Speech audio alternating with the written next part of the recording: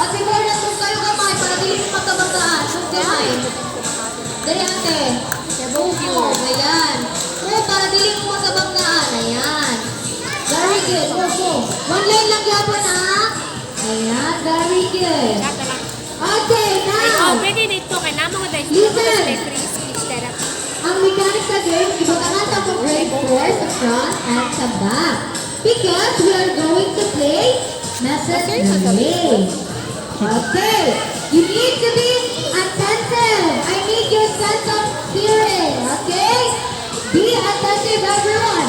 Okay, so now, lahat na marunong maglaro ng message relay. Say, Mac, ready na if marunong. Okay, Mac, ready na. So, best of 3 tayo, okay? So, sino yung group na maunang magka-group? Ang point na 3 is panalo sa game.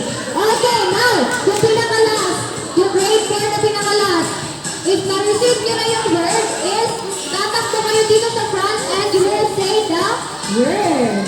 Okay, but before that, tama-tama ang word na. So, listen carefully. Be attentive and listen carefully, okay? Now, I need some voices, each group. I need the leader, come here. Oh, leader, ako na.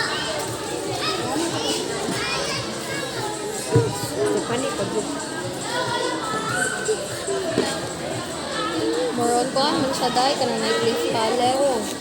Pero naadi sila naadi sila for Stage, one line. Asan ang line? Asan ang line? Line, asan ang line? One line, straight, straight. Straight line, para dili mag-release nyo yung mga kaupan.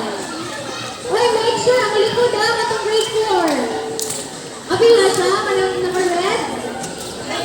Wala. Okay, now. Ready. Set. Go!